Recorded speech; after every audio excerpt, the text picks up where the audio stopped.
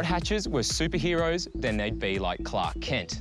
They look ordinary on the outside, but hide superpowers underneath. This is the latest one from Renault. It's called the Megane RS 280 EDC, and it's different from what we're used to. Instead of 3 doors and a manual transmission, things that are like caffeine for petrol heads, it has sensible stuff, like 5 doors and an automated transmission. We've driven it and we think it's impressive, but the question is whether it's impressive enough, and there's only one way to reveal the answer. The reason Renault has made the changes it has to the Megane RS is this: the Volkswagen Golf GTI. For much of its almost 45-year history, it has been the default choice for anyone wanting a car that's fast and practical. The obvious question is that still the case? But this won't be settled on a spec sheet, it will be settled on the road.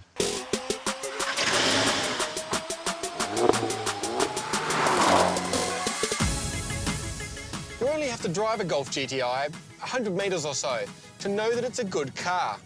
There's an inherent rightness. Everything from the accelerator to the steering to this knob to this button feels exactly how you'd expect it to. It's a jack of all trades, but it's mastered a few too. It's just a very polished performer. It's not the quickest hot hatch in the world, but the engine is very strong and it sounds good. The GTI handles in a beautifully fluid fashion. It doesn't have the outright grip of some of its rivals, but on a twisty road, it's more than capable of putting a smile on your face.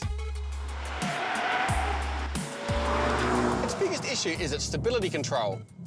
Even in sport mode, it's constantly intervening, even when everything is well under control. It feels like it holds the car back. On a more day-to-day level, the suspension does deliver the occasional jolt, but it's still plenty comfortable by hot hatch standards. That Renault might be the much newer car, but it's going to have to be a very handy gadget if it's going to defeat the Golf.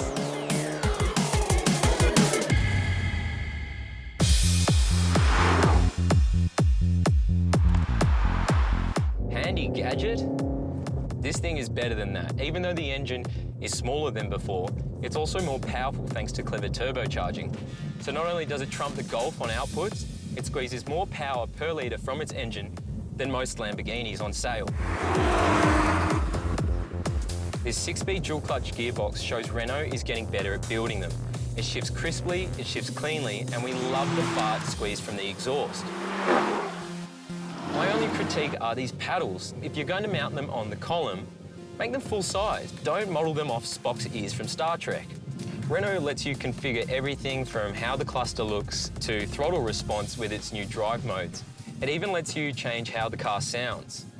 The only thing you can't adjust in this car is the suspension. It's fixed, and as you can see, it's quite firm. So the upside to this is its handling. It holds through corners with tenacious grip. And you're not the only one steering. When you point into a corner under 60 kilometres an hour, the rear wheels point in the opposite direction. That helps it turn in. Above that speed, the wheels point in the same direction, and that aids stability, so you have an agile but stable car. I've had a bit of a drive now, and I'm liking this thing more than I thought I would, so maybe it's time to sit down and have a chat. So, Louis, sum up the Megane for me. I think the dual-clutch gearbox gives it a lot of character that is missing from the manual car, and it handles really well. How's the Golf? Well, I think the Golf lacks those final few degrees of handling precision, but at the end of a long day like this, I think it's the car you want to drive home in. Well, I want to take some corners in this thing. Well, that works out well then.